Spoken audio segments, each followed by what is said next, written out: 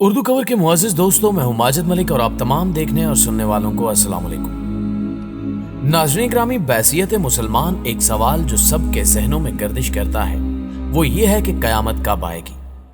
یہ ایک ایسا سوال ہے جس کے بارے میں بہت سی نشاندہیاں موجود ہیں، لیکن اللہ ہی بہتر جانتا ہے کہ قیامت کب آئے گی۔ لیکن اللہ تعالیٰ نے اپنے رسول صلی اللہ علیہ وآلہ وسلم کے ذریعے انسانوں تک قیامت کی نشانیاں پہنچائی ہیں، جن کے بارے میں رسول اللہ صلی اللہ علیہ وآلہ وسلم نے فرمایا کہ قیامت سے قبل ان نشانیوں کا ظہور ضروری ہے۔ نبی کریم صلی اللہ علیہ وآلہ وسلم نے قیامت کی بہت سی نشانیاں بتائی ہیں، جن میں سے ایک نشانی یہ ہے کہ قیامت سے قبل دجال کا ظہور ہوگا اور دجال کے فتنے کو دنیا کا سب سے بڑا فتنہ قرار دیا گیا ہے۔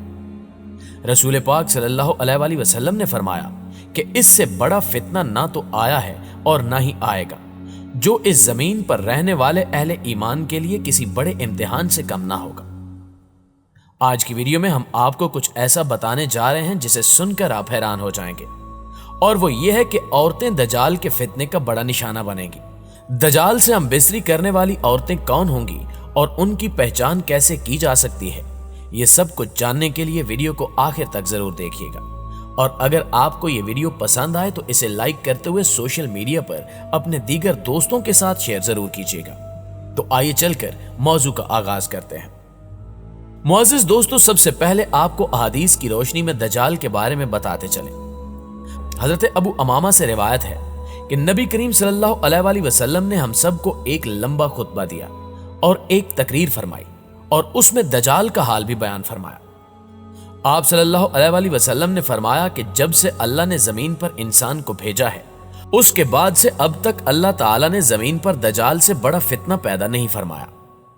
تمام انبیاء اپنی امت کو دجال سے خوف دلا رہے ہیں، کیونکہ تمام انبیاء علیہ السلام کے آخر میں ہوں اور تم ہی آخری امت ہو، اس لیے دجال تم ہی لوگوں میں پیدا ہوگا۔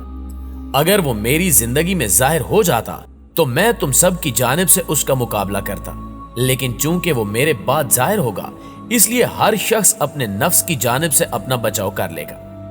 اللہ میری جانب سے اس کا محافظ ہوگا۔ سنو، دجال شام اور عراق کے مابین مقام حلہ سے ظاہر ہوگا اور اپنے دائیں اور بائیں پائے جانے والے ملکوں میں فساد پیدا کرے گا۔ آپ صلی اللہ علیہ وآلہ وسلم نے فرمایا کہ اے اللہ کے بندو، ایمان پر قائم رہنا۔ میں تم کو اس کی وہ حالت بیان کرتا ہوں جو آپ کو آج تک کسی نے نہیں بتائی۔ پہلے تو وہ نبوت کا دعویٰ کرے گا، پھر کہے گا کہ میں خدا ہوں۔ تم مرنے سے پہلے خدا کو نہیں دیکھ سکتے تو پھر دجال کیسے خدا ہوا؟ آپ صلی اللہ علیہ وآلہ وسلم نے فرمایا کہ دجال کانا ہوگا اور تمہارا خدا کانا نہیں، اور اس کی پیشانی پر کیا فے رے لکھا ہوگا، جسے ہر مومن عالم ہو یا جاہل سب پڑھ لیں گے۔ ناظرین گرامی، اس کے بعد آپ صلی اللہ علیہ وآلہ وسلم نے فرمایا کہ پس جب دجال ویرانے سے گزرے گا تو اسے حکم دے گا کہ اپنے خزانے نکال، تو خزانے اس کی ایسے اتباع کریں گے جیسے شہد کی مکھیاں اپنے مالک کی اتباع کرتی ہیں، اور اس کے ساتھ جنت اور دوزخ بھی ہوگی، لیکن حقیقت میں وہ جنت دوزخ ہوگی اور دوزخ جنت ہوگی۔ تو جو شخص اس کی دوزخ میں ڈالا جائے، اسے چاہیے کہ وہ سورہ کہف کی ابتدائی آیات پڑھے، تو وہ دوزخ اس کے لیے ایک ایسا ہی باغ بن جائے گی جیسے کہ آگ ابراہیم علیہ السلام پر گلزار ہوئی تھی۔ روایات کے مطابق اس کا ایک فتنہ یہ بھی ہوگا کہ وہ ایک شخص کو مار کر چیر کر اس کے 2 ٹکڑے کر دے گا اور کہے گا کہ دیکھو، اب میں اس بندے کو ملاتا ہوں، تو کیا اس کے بعد تم لوگ کسی اور خدا کو مانو گے؟ اللہ تعالیٰ اس دجال کا فتنہ پورا کرنے کے لیے اس شخص کو دوبارہ زندہ کر دے گا۔ پھر دجال اس سے پوچھے گا کہ تیرا رب کون ہے؟ تو وہ کہے گا کہ میرا رب اللہ ہے اور تو خدا کا دشمن دجال ہے۔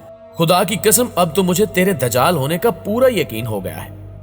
دجال کا ایک فتنہ یہ بھی ہوگا کہ دجال آسمان کو حکم دے گا تو وہ بارش برسائے گا، اور دجال جب زمین کو حکم دے گا تو زمین سبزہ اگائے گی، اور اس روز چرنے والے جانور خوب موٹے تازے ہوں گے، کوکھیں بھری ہوئی تھن دودھ سے لبریز ہوں گے۔ سوائے مکہ معظمہ اور مدینہ منورہ کے کوئی خطہ ایسا نہ ہوگا جہاں دجال نہ پہنچا ہوگا۔ مکہ اور مدینہ میں داخل ہونے کی کوشش کرنے پر فرشتے اس کو ننگی تلواروں سے روکیں گے۔ ناظرین گرامی، جہاں تک تعلق اس بات کا ہے کہ عورتیں دجال کے فتنے کا سب سے زیادہ شکار ہوں گی، تو آپ کو بتاتے چلیں کہ دجال قوم یہود میں سے ہوگا،